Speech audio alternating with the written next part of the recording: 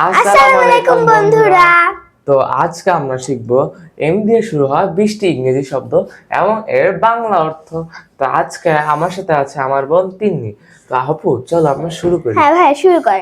Man, মানুষ, many, অনেক, market, বাজার, ম্যাটার, বিষয়, মিল, খাবার, মিন, খাবার, মিন, অর্থ বোঝানো, মিট, দেখা করা, মেসেজ, বার্তা, মিডল, মাঝখান, মানি, টাকা, মান্থ, মাস, মোর, আরো, মর্নিং, সকাল, মুভ, নড়াচড়া করা, মিউজিক, গান, মাস্ট, অবশ্যই, মাইন্ড, মন, মেশিন, যন্ত্র, ম্যানেজার, ব্যবস্থাপক, মোমেন্ট।